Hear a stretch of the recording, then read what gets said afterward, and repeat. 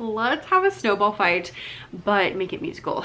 And yes, I'm filming in front of the Christmas tree today because I figured snowball fight is, you know, wintry, so it's fine. So this is an activity that I have used to work on solfege or treble clef with my kiddos, and they always love it. So I decided to make it a freebie for y'all to use in your classroom as well. So this is part of the free resource library. I will leave a link to it down below. When you click and sign up, you'll get the password emailed to you, and then you can go and download this as well as tons of other things. Like there's a really fun sleigh ride lesson in there that is totally free, so definitely go and check that out. But when you get it, you will get some recording sheets like this, and then you will also get pages that have letters if you want to do treble clef, as well as solfa if you're doing solfege. So that is your situation. When I do this in class, we are having a snowball fight. What I do is I take the pages and I will cut them just on the dotted lines.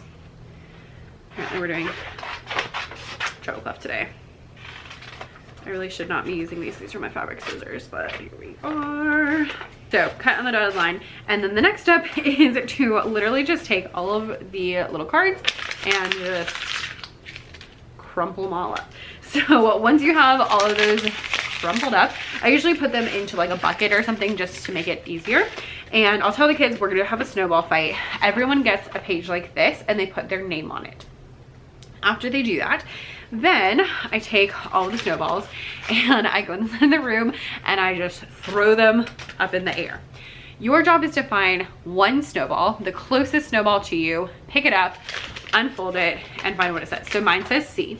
So what I'm gonna do is I'm gonna go to my recording sheet. I usually have the kids use clipboards, but I don't have any clipboards at my house. And so we take our recording sheet and I'll put the C on the line, and then I'll put a little dot where C goes, or you could make, you know, quarter notes or eighth notes or whatever.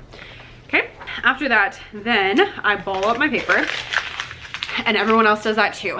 And then the teacher will count to 3. And on the count of 3, everyone throws their snowballs up into the air, and you find another one and unfold that. And so you keep going until you hypothetically fill up the whole sheet of paper.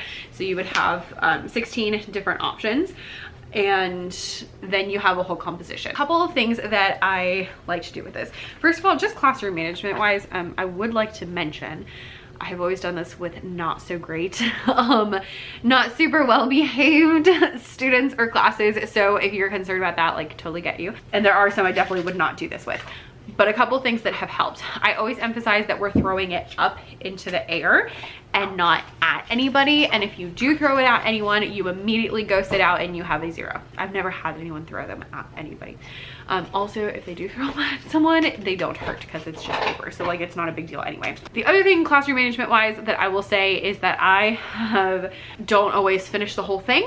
If we can't handle 8 throws, we might get 4. It's fine, it's not a big deal. So or 16, I can't count. So just do whatever you can, and if it starts to feel out of hand, just stop it. Secondly, what I love about this is that the kids have so much fun because they're, you know, throwing snowballs around the room. It's a really exciting way to have a music lesson, and they're not just like chilling.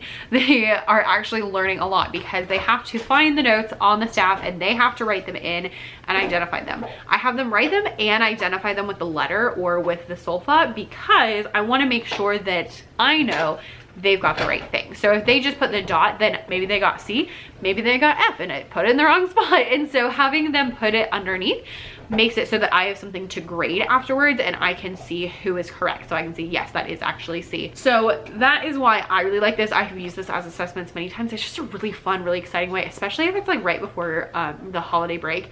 It's a great way to get kids like really into the music lesson and having a lot of fun, but also learning things and doing things and actually, you know, doing music.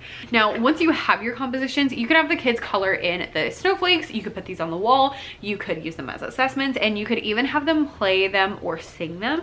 So if you are working on like xylophones, or you could do this with just, oh, it would be really, That's why I make these videos, because I get more ideas. You could do it with just B, A, and G, and then you can have them play their composition on the recorder. You can have them do it on xylophones. You can have them switch with somebody else to do it and play on an instrument, and you can have them add rhythms to the melody. There's like so many different things that you can do to make it even more exciting and even more fun, and it's a pretty low-key thing to do. So that is how I use this Snowball composition activity in my class to get kids excited about doing music and also just having tons of fun.